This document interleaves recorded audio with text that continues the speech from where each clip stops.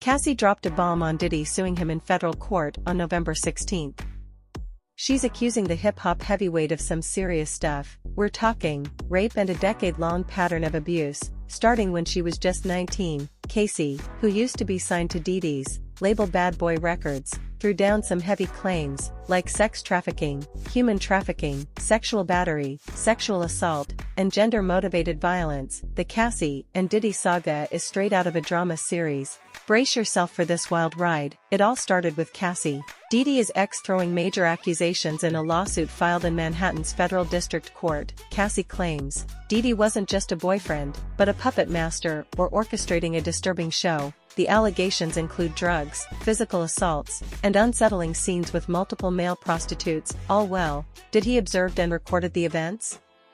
Their relationship, which began in 2005 when Cassie was 19, continued until 2018. Diddy denies everything, but there's an active case under the name Sean Diddy, according to Lorna enforcement sources. What's stirring the pot is the suggestion of Diddy's potential influence within the police force, with whispers about his connections in law enforcement, possibly affecting ongoing investigation. Now, let's dive into the lawsuits. Jaw-dropping details. Cassie claims she was essentially trafficked by Diddy to act out his fantasies. Imagine intimate activities with multiple men, often mad-assed and donning costumes, all for Diddy's viewing pleasure. These freak-offs, as described in the lawsuit, were allegedly orchestrated by Diddy, and one of the alleged hot spots was the Trump International Hotel in New York City. Cassie had to take drugs to disassociate during these encounters in a disturbing incident. From March 2016, Cassie claims Diddy got drunk during a freak-off and physically assaulted her, leaving her with a black eye. Attempting to leave the hotel room, Diddy allegedly woke up, screamed at her and threw glass vases, causing shattered glass to surround them. Fast forward to 2013, and the drama continues. Diddy reportedly orchestrated another freak-off, resulting in significant damages to the hotel where it took place. Cassie, tasked with organizing the location and hiring male sex workers, was about to spill the tea, but Diddy allegedly silenced her with a hefty sum of money. The lawsuit also alleges that Diddy asked Cassie to carry his gun in her purse on at least 2 occasions. Cassie further claims Diddy often applied her with ecstasy and ketamine and physically assaulted her. But she refrained from reporting it to authorities out of fear. But here's the twist. Just a day after Cassie dropped the legal bomb, she settled with Diddy out of court. As the smoke cleared, more people started speaking up, sharing their own stories of sexual assault allegations against Diddy. We're talking several more lawsuits that hit Diddy when he was least expecting them. Man, it's like the floodgates opened after Cassie's lawsuit. Diddy is getting hit left and right with an avalanche of lawsuits. For more victims stepped into the ring, leveling similar accusations against the ousted CEO. One woman filed a claim alleging Diddy and others gang raped her when she was 17 after trafficking her across state lines in 2003. Thanksgiving weekend brought more legal storms. One lawsuit comes from a former college student accusing Diddy of sexually assaulting her, filming the act and using it as revenge porn. Another accuses him and singer Aaron Hall of alleged rape and assault in the early 90s. A third lawsuit targets Diddy and his business entities, alleging sexual assault and workplace harassment. The allegations don't stop there. Virginia V, in a 2019 interview, detailed instances of physical abuse, claiming Diddy stomped on her stomach, punched her and tried to pay her to abort their child. His former personal chef Cindy Wheeler filed a lawsuit in 2017, alleging sexual harassment, failure to pay overtime and retaliation. The lawsuit claimed Diddy would have naked post-quail meals. He settled with Rula in 2019, and let's rewind a bit. In 2015, Diddy allegedly assaulted his son's football coach. Rumors flew in 2012 about a club fight with Cootie, and in 2007, he was sued for ordering a motor's assault. Going back to the 90s, he pleaded guilty to assaulting the president of Interscope Records. It involved a chair, a telephone and a champagne bottle, all over a Blasphemous Knobs video. The judge sent him to an anger management program for 1 day. It's a legal storm that's been brewing for years, and it looks like it's finally hitting Diddy with full force. The topic of Diddy grooming young artists has been around for a while now, and the list included big names like Justin Bieber and Usher. Word on the street is there have been mad rumors floating around about P. Diddy and his connections with artists. Some folks are saying that when Usher was young, Diddy was allegedly involved in some sketchy stuff and supposedly spilled the tea about sleeping with him. The rumors didn't stop there, and Justin Bieber entered the scene. Rumor has it that Diddy might have pushed Justin to crash at his place for a wild 48 hours, doing whatever it takes to make it big in the music game. Ask yourself, what business did young 13-year-old Usher have living with grown freaky kinky Diddy? For an entire year, I might add.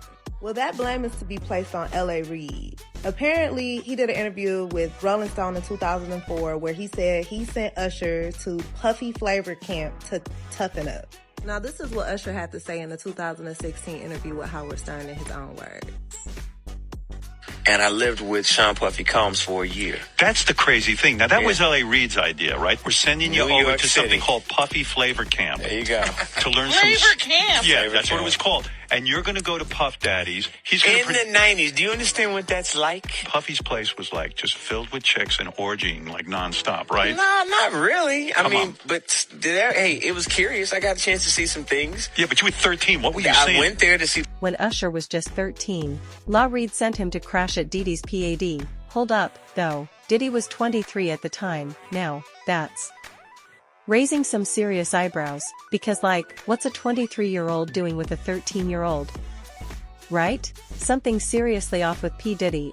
He's at the top of his game, could have any woman he wants, but allegedly, he's out here messing with a young boy, not cool man, and where it is, it wasn't exactly a good time for Usher at this camp. He probably saw stuff that messed him up psychologically. He even mentioned Mary J in his interview.